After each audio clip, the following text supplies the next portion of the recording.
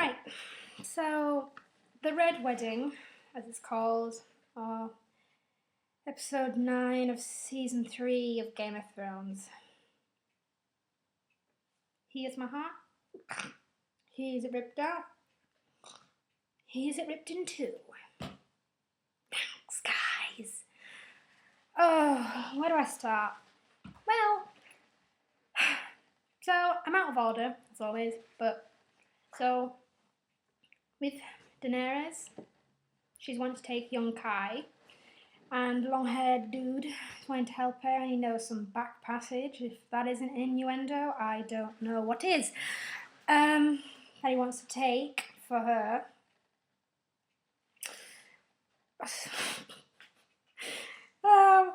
So he wants to take him and what's his name? Jorah. The older dude that protects Dany. And Grey Worm, he wants to take them. And then they'll open the gates for the Unsullied, and they'll take young Kai.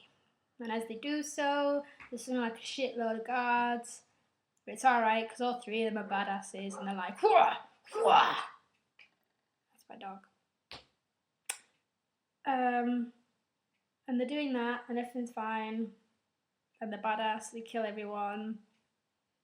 And then they come back, and Dany's like, oh god, where is everyone? And it's fine, because they're all there.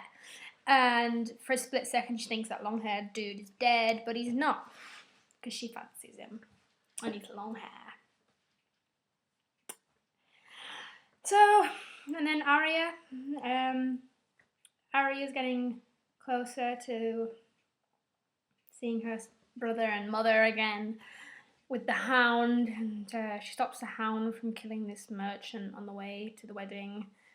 Because they steal his cart. And she makes reference to the assassin dude that she found.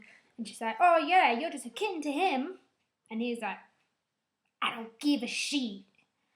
And so they're off on their way, and he makes fun of the fact that Arya's scared of losing her family. Oh yeah, guys, if you haven't seen this, spoilers. And she tells the Hound that how she knows that he was burned in a fire when he was younger and by the mountain. And all of that hoo-ha. Sorry. What else happens? Apart from the big thing, but I'm wondering if anything else happens before I get to that. I don't think so. Oh yeah, Osha. And Bran, and Rickon, and the Giant, and the two other people who are slightly magic that I have no idea what they're called. They take shelter in this tower for the night, and the big giant dude's scared of thunder, and he's like, rah, rah, rah, rah, rah, freaking out about it. And then Bran's like, does that rolly eye thing that he does, and it takes over his mind, and makes him go to sleep because the wildlings are outside. Missed that part. The wildlings are outside as well, so he's drawing attention to them and they don't want to die. Because that's the wildling army. Can I just say the wildling army consists of about 10 people? It's not really an army. It's more like, I've got hiccups, I've got like mini hiccups.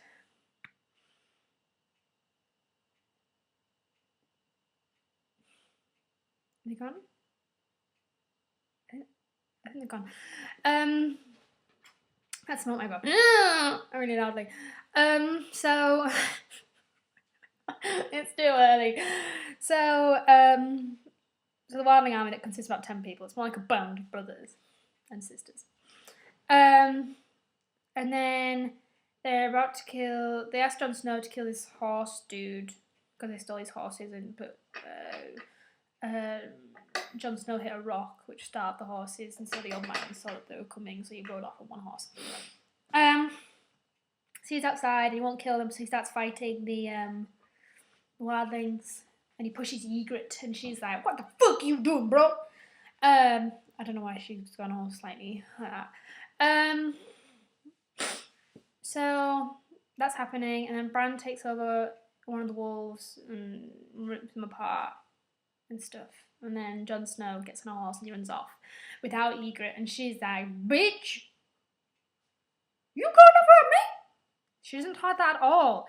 It's more like she's like, "You know nothing, Jon Snow." So that's all crack-a-lacking. And after a while, Bran eventually tells him that he's seen Jon Snow, who's heading for Castle Black, probably. And Osha's like, "I'm going to take you there." And he's like, "No, we need to find the raven beyond the wall." And she's like, "I ain't going that way." And Bran's like, "Well, I never asked you to."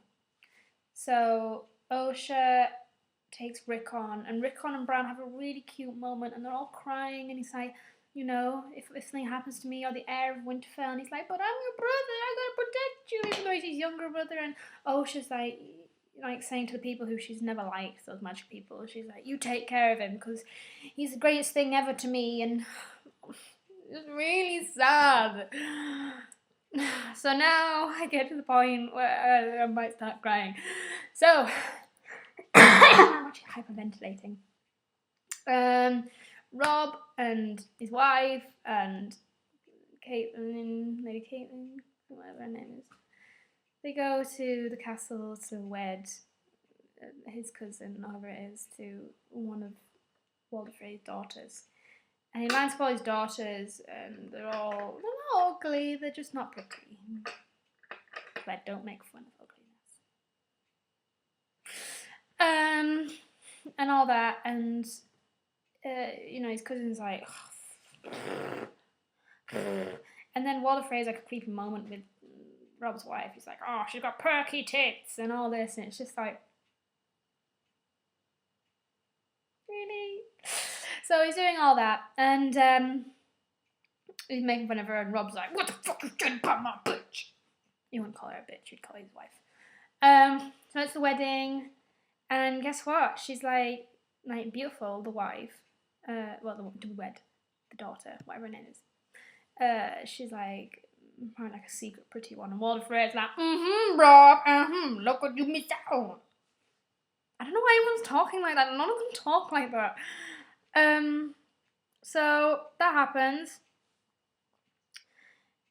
and like I'm having a meal. It's like, the bedding ceremony, and they carry them off, and stuff. And Lady Caitlin notices something wrong. She's like, "There's something wrong about this." And then she takes Lord Bolton, and she uncovers his garment, and it has chainmail underneath, and she's like, "Rob!" as he gets like pelted with crossbow shots, like Boromir style, like and then there's this guy, and he just stabs the girl, his wife, like several times in her stomach, and she's like, "Whoa!" And then Caitlin gets shot, or Catherine, or whatever her name is, and she's hiding under a table, and she takes the wife of Walder Frey hostage, and she's just like, "Let my son go," and then he just like, they slit Rob's throat anyway, and so she slits the wife's throat, and she's like, "No!" And it's really horrible. Oh god! And then they slit her throat, and they're all dead. Part of me died, and it's all Game of Thrones' fault. Ugh. And Arya finally reached the castle just to see the direwolves getting shot at, and not only that, but she sees them like collapse, and she sees them like under a panel, and it goes as it dies. Why can't you just insinuate that? Why? There was no need for that little whimpering bit. I'm already emotionally compromised. I don't need that in my life.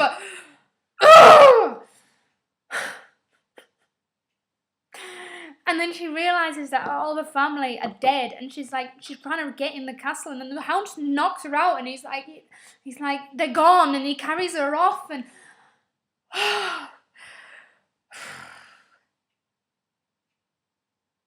it was really traumatizing.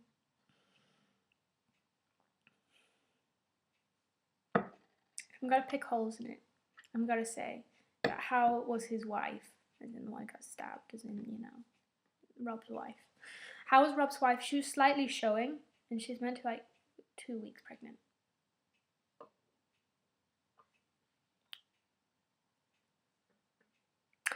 Also, when the cousin, I think he's a cousin, or he's a cousin or uncle, whichever one he is, when the cousin comes in with his new wife, he's gonna be like, well, shit! And he sees everyone's dead.